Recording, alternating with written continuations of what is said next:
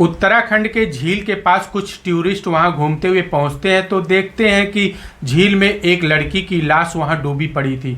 उसकी सूचना ये लोग तुरंत पुलिस वालों को देते हैं। पुलिस वाले वहां पहुंचते हैं और उस लाश को अपने कब्जे में लेकर उसको शिनाख्त के लिए भेज देते हैं, पोस्टमार्टम के लिए उस लाश को भेज देते हैं। जब पुलिस वाले शिनाख्त करते हैं तो उसको पहचानना बड़ा ही मुश्किल था, क्योंकि उसकी जो लाश थी वो पूरी तरह से फूल चुकी थी। अब पुलिस वाले इसकी सूचना तमाम थानों पर देते हैं कि कहीं से इसकी इंक्वायरी, कोई खोया हुआ, गुमशुदगी की ऐसी कोई रिपोर्ट तो नहीं लिखाई गई है। इसके फोटो जो है हर थाने पर सर्कुलेट किए जाते हैं। तब यूपी से एक थाने से इसकी सूचना मिलती है कि यहाँ पर एक लड़की की रिपोर्ट लिखाई गई है। इसकी उम्र लगभग 30 साल है और इसका जो पति है उसने ही इसकी रिपोर्ट लिखाई है। जब उसके पति को उसकी लाश दिखाई जाती है तब वो अपने पत्नी को पहचान जाता है और वहीं पर उसकी शिनाख्त हो जाती है कि वो उसकी बीबी है और वो उत्तराखंड में कैसे वहाँ पर उसकी लाश मिली। ये सारी कहानी हम इस वीडियो के माध्यम से जानेंगे। नमस्कार साथियों, मेरा नाम अमर है और आप देख रहे हैं क्राइम स्टोरी। आज की जो सच्ची कहानी है वो उत्तर प्रदेश के जालौन से निकल कर आई है।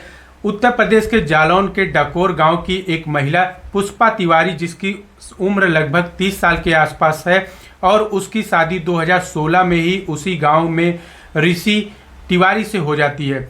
अब वो बीएससी की छात्रा थी। पढ़ने लिखने में पुष्पा तिवारी बहुत तेज थी, लेकिन घर गृहस्थी की जिम्मेदारी और उसके दो बच्चे हो जाते हैं, जिसके कारण वो आगे की पढ़ाई नहीं कर पाती है। उसी बीच उसका जान पहचान उसी गांव का रहने वाला अभिषेक श्रीवास्तव से हो जाता है। अभिषेक श्रीवास्तव से इससे जान पहचान ऐसे होता है कि अभिषेक श्रीवास्तव उसी गांव का था और उसके बच्चों को वो ट्यूशन पढ़ाने के लिए उसके घर पर आता था। जो उसका पति ऋषि है वो इस बातों से एकदम निफिक्र रहता था, निश्चिंत रहता था कि उसकी बीवी पढ़ी लिखी है और वो अपने बच्चों को अच्छी तरह संभाल रही है, घर परिवार को देख रही है। लेकिन उसके पीठ पीछे क्या घर में कांड हो रहा है, उसको ऋषि को इसके बारे में कोई भनक तक नहीं लग रही थी कि आखिर उसके घर में ऐसा क्या चल रहा था। इधर अभिषेक श्रीवास्तव जब उसके घर में कोचिंग पढ़ाने बच्चों को आता था तो इसी के बीच में पुष्पा तिवारी से उसकी नज़दीकियां बन जाती हैं, उससे प्रेम हो जाता है, उसके साथ नाजायज़ संबंध भी उसका बन जाता है। अब बात यहाँ तक पहुँच जाती है कि दोनों एक दूसरे से शादी करना चाहते थे।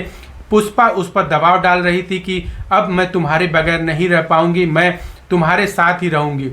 इसी बीच होता क्या है कि जो अभिषेक श्रीवास्तव है उसकी नौकरी दिल्ली में एक होटल में लग जाती है। वो सारा यहाँ पर सब कुछ छोड़कर दिल्ली अपनी नौकरी करने के लिए चला जाता है। लेकिन पुष्पा तिवारी जो है मानने के लिए तैयार नहीं थी। हमेशा उसको फ़ोन पर धमकियाँ देती थी, उसको साथ में रहने के लिए कहती थी कि मैं तुम्हारे साथ दिल्ली में ही रहूँगी, मैं यहाँ पर नहीं रह पाऊँगी, मैं यहाँ अपने घर में घुट घुट कर जी रही हूँ, मैं आत्महत्या कर लूँगी। इस तरीके से उसको बार बार फ़ोन करती थी पुष्पा तिवारी और इसके बारे में सब कुछ बताती थी कि कैसे वो ज़िंदगी जी रही है। अभिषेक श्रीवास्तव दिल्ली में नौकरी अच्छी खासी कर रहा था, अच्छी खासी तनख्वाह उठा रहा था। अब वो अपने करियर के बारे में सोच रहा था और पुष्पा को यहाँ पर वो मना कर रहा था कि मैं अब तुमसे शादी नहीं कर पाऊँगा। इस तरीके से वो टाल मटोल कर रहा था, लेकिन पुष्पा उस पर बार बार दबाव डाल रही थी। अब होता क्या है कि 27 मई को वो पुष्पा को दिल्ली बुला लेता है और उसके साथ वहाँ पर कुछ दिन रहने के बाद ये लोग उत्तराखंड घूमने के लिए चले जाते हैं। अब उत्तराखंड पुष्पा और अभिषेक जो है घूमते हुए एक होटल पर पहुंचते हैं। होटल में रुकते हैं, स्टे लेते हैं। उसके बाद वहां पर पुष्पा को अभिषेक जो है खूब भरकर शराब पिलाता है। नशे की हालत में उसको शाम को होटल के बाहर लेकर घूमने के लिए निकलता है कि चलो हम लोग घूम टहल कर ताज़ी हवा खाकर आएंगे। इस तरीके से बातें कह के वो उसको साथ में ले जाता है। नैनीताल झील के पास में पहुंचता है और झील के पास में बैठकर उससे दिल की बातें करता है।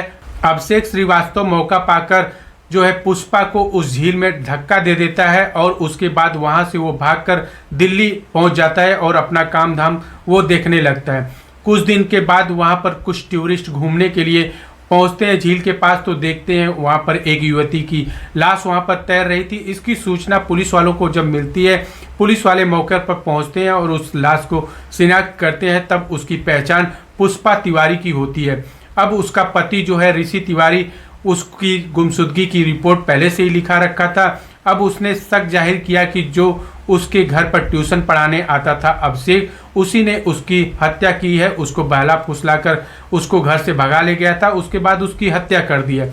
अब पुलिस वाले अपनी टीम बनाते हैं और अभिषेक श्रीवास्तव की धरपकड़ के लिए चारों तरफ छापे मारते हैं, लेकिन उसका कहीं पता नहीं चलता है। पुलिस वाले उसके ऊपर 25,000 रुपये का इनाम भी रख देते हैं कि किसी तरीके से ये पकड़ा जाए और केस की गुत्थी जो है सुलझ जाए। यूपी पुलिस जगह जगह दबिश दे रही थी। मुखबिर की सूचना मिलते ही पुलिस और एसटीएफ की टीम जो है अभिषेक श्रीवास्तव को उसके लोकेशन पर पकड़ लेती है।